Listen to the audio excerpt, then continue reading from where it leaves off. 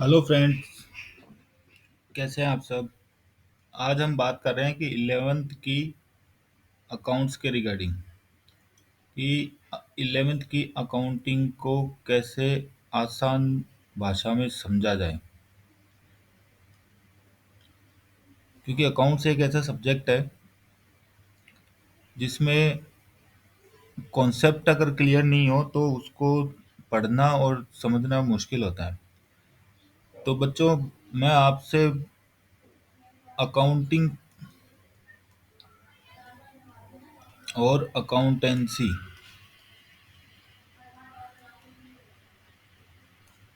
क्या होती है और इसको आसान भाषा में कैसे समझा जाए, इसके बारे में आज हम डिस्कस करेंगे। अकाउंट्स यानी लेखा शास्त्र एक सिंपल, इसकी अगर हम परिभाषा दें तो एक सिंपल है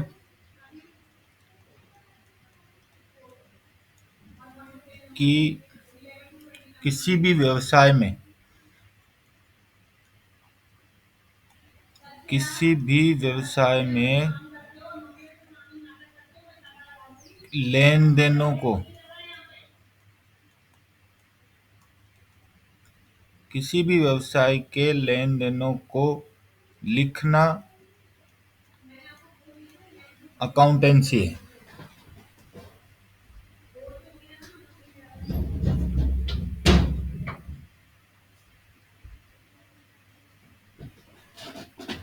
दूसरा,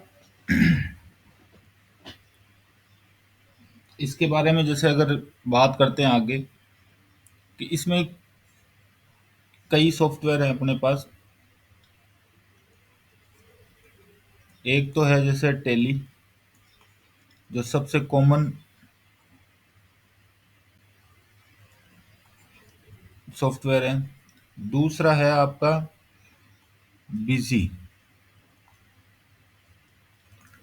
tele normally account book maintain करने के लिए यूज़ की जाती है, और दूसरी ये बिजी है जो आपके इन्वेंट्री के अंदर, जहाँ पे भी जैसे कई शॉपिंग मॉल में या आप गए हैं तो वहाँ पे इस तरह के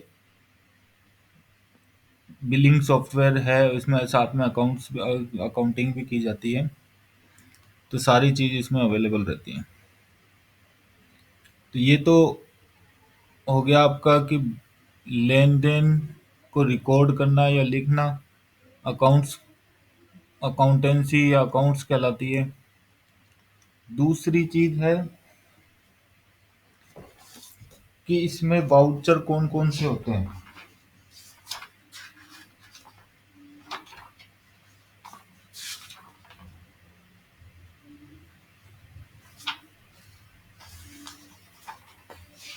कि इसके वाउचर कौन कौन से हैं,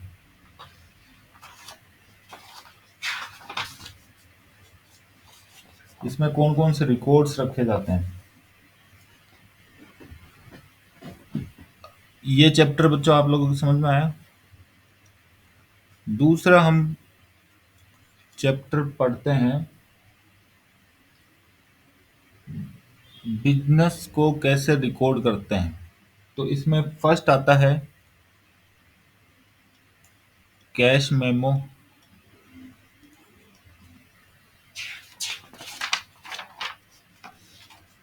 सेकंड आता है इनवॉइस।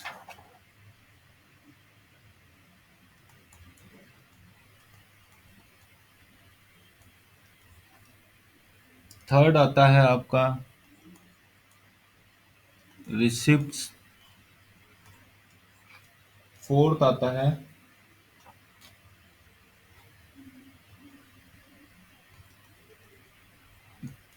पे इन स्लिप। फिफ्थ आता है चेक। सिक्स्थ आता है डेबिट नोट। और सेवेंथ आता है क्रेडिट नोट। तो अब हम बात करते हैं कि कैश मेमो क्या होता है। कैश मेमो होता है आपका कि जो भी आपने सेल करी है, सेल्स इन कैश, ये आपका कैश मेमो होता है। इसमें आपके आइटम की डिटेल आ जाती है, कस्टमर का नाम आ जाता है, और इस तरह से सारी जो भी सेल्स है वो कैश मेमो में आती है। इनवॉइस में आता है जो सेल क्रेडिट है, जो भी सेल्स क्रेडिट है, क्रेडिट मतलब हो गई उधार, जो भी सेल्स उधार में है उसको इनवॉइसिंग इनवॉइस कहते हैं। इसका उधार के अंदर पार्टी नेम आ जाता है, आइटम आ जाता है और वो क्रेडिट हो जाता है। फिर हो गया रिसिप्ट। जब कैश आता है तो उसकी हम एक रिसिप्ट देते हैं। जब भी बिजनेस में कैश आता है तो उसकी हम एक रिसिप्ट देते हैं, तो उसे हम कैश रिसिप्ट कहते हैं। पेइंग स्लिप, जब भी कैश बैंक में डिपॉजिट होता है उसको हम पेइंग स्लिप कहते हैं। जब भी कभी आपने गए हो बैंक में किसी के पैसे जमा कराने, तो उसके अंदर एक स्लिप होती है, स्लिप भरते हैं, फिर वो उसमें कैशियर आपको रिसिप्ट दे देता है, तो वो पेइंग स्लिप कहलाती है। चेक, चेक किसी पार्टी को इशू होते हैं। पेमेंट थ्रू बैंक, बैंक से जब पेमेंट होता है तो उसको चेक इशू होता है। नेक्स्ट है आपके डेबिट नोट। डेबिट नोट होता है जब आपने किसी से माल लिया और उसमें खरीदार खराबी आ गई या किसी कारणों से वो शॉर्ट आया, तो उसको हम पार्टी को डेबिट कर देते हैं। जो भी मटेरियल है वो परचेज रिटर्न हो जाती है, तो वो डेबिट नोट होती है। परचेज रिटर्न, जो भी हमने परचेज करी उसको हम रिटर्न करेंगे तो वो डेबिट नोट में आती है। क्रेडिट नोट में हो गई सेल्स रिटर्न। अगर हमने किसी को माल बेचा और उसको कम पहुंचा तो वो वापस हमें देता है, तो ये चीज़ सेल्स रिटर्न का पार्ट है। तो बच्चे ये चीज़ आई है आपके समझ में? कोई भी क्वेश्चन हो आपको तो मेरे को इसमें ज़रूर लिखें, कमेंट में डालें। और ये आपके 11th के चैप्टर की है राजस्थान बोर्ड।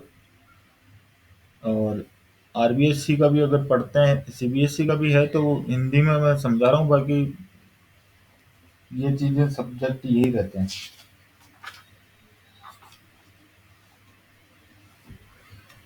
अब हम बात करेंगे, नेक्स्ट है हमारा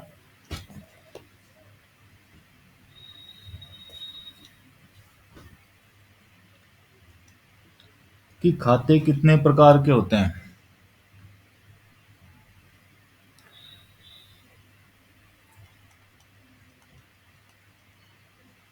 टाइप ऑफ अकाउंट,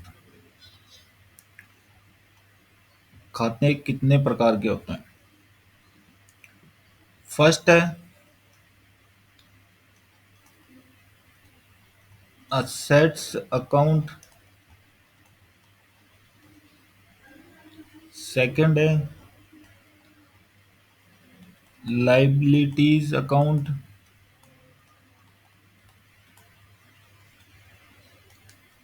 थर्ड होता है आपका कैपिटल अकाउंट,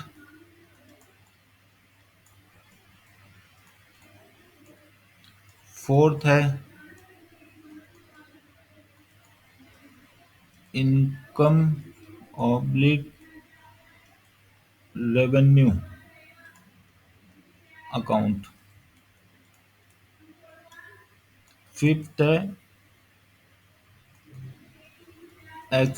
एक्सपेंसेस अकाउंट। तो बच्चों मैं समझाता हूँ आपको, जब भी यानी कि ये जो मेजर ग्रुप होता है अकाउंट के, तो ये इनके अंदर ही यानी कि इस तरह के लेजर्स बनाए जाते हैं, चाहे टेली हो चाहे प्रैक्टिकली। आपको साथ में मतलब मैं टेली इसका भी ज्ञान दे रहा हूँ, ताकि आगे इन भविष्य में अकाउंटिंग करने जाएं तो आप कॉन्सेप्चुअली यानी कि इस तरह से परेशान ना हो। तो बताता हूँ असेट अकाउंट क्या होता है। असेट्स अकाउंट के अंदर जितनी भी आपकी असेट है, जैसे फर्नीचर हो गया, बिल्डिंग,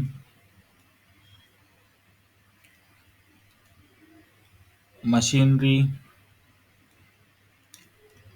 और भी जैसे जितनी भी यानी कि संपत्तियां हैं किसी बिजनेस की, वो असेट अकाउंट के अंदर आती है। लायबिलिटी अकाउंट, लायबिलिटी अकाउंट में आपके जितने भी दायित्व लायबिलिटी है, जैसे सन्ड्री क्रेडिटर, गवर्नमेंट ड्यूज, ये जितनी भी आपकी लायबिलिटीज है तो वो सारी की सारी इसमें आती है। कैपिटल अकाउंट हो गया बच्चों, ये जो अकाउंट है, जो बिजनेस ओनर का जो अकाउंट होता है, उसको हम कैपिटल अकाउंट कहते हैं। इसमें यानी कि साल का प्रॉफिट ऐड होता है, लेस होता है, ड्राइंग्स लेस होती है, तो इसको हम कैपिटल अकाउंट कहते हैं। इसको अपन ओनर का लेजर या अकाउंट भी कह सकते हैं। रेवेन्यू अकाउंट जितनी भी इनकम है, चाहे बाय सेल्स हो, बाय रेंट रिसीव्ड हो, चाहे कैसे भी पैसा आ रहा हो, तो वो सारी इनकम के अंदर होती है। एक्सपेंस अकाउंट के अंदर जितने भी खर्चे हैं बिजनेस से रिलेटेड, चाहे चाय पानी का हो गया, ऑफिस रेंट हो गया, आपके सैलरी हो गई स्टाफ की, या फिर जैसे स्टाफ वेलफेयर के अंदर टी वगैरह हो गया, कोरियर हो गया, पोस्टेज हो गया, ये सारे आपके एक्सपेंस जो भी यानी कि बिजनेस से रिलेटेड खर्चे होते हैं, वो सारे एक्सपेंस अकाउंट में आते हैं। तो बच्चों, आज मैंने आपको तीन चीज समझाई। फर्स्ट, अकाउंट क्या है। सेकंड, कौन कौन से प्रपत्र लेटर्स बनाए जाते हैं। और थर्ड,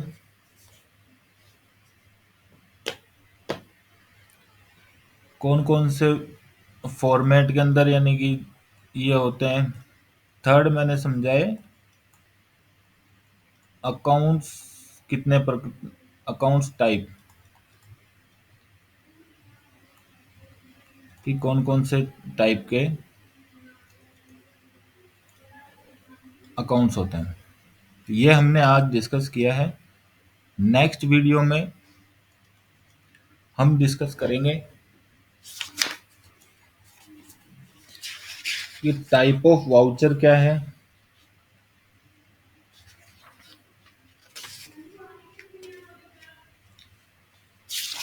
वाउचर के टाइप कौन कौन से होते हैं, और साथ में ही जर्नल एंट्री के रिगार्डिंग किस तरह की यानी कि ये खाते बनाए जाते हैं। तो हम नेक्स्ट वीडियो में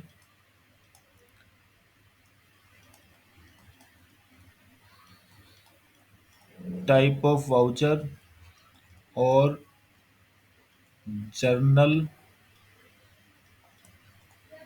फॉर्मेट एंड एंट्रीज, ये बच्चों ये सबसे बेसिक चीज है। जब तक ये जर्नल एंट्रीज किसी को नहीं आती, चाहे वो 11th पास हो या 12th हो या बीकॉम कर लिया हो या एमकॉम भी कर लिया हो, तब जब तक इसको ये चीज़ नहीं आती जर्नल एंट्रीज, वो आगे इस लाइन में, अकाउंटिंग लाइन में सक्सेस नहीं है उसका, यानी कि कॉमर्स लेना ही बेकार है। तो चैनल को सब्सक्राइब करें ताकि आपको नोटिफिकेशन मिलते रहें। थैंक यू बच्चों।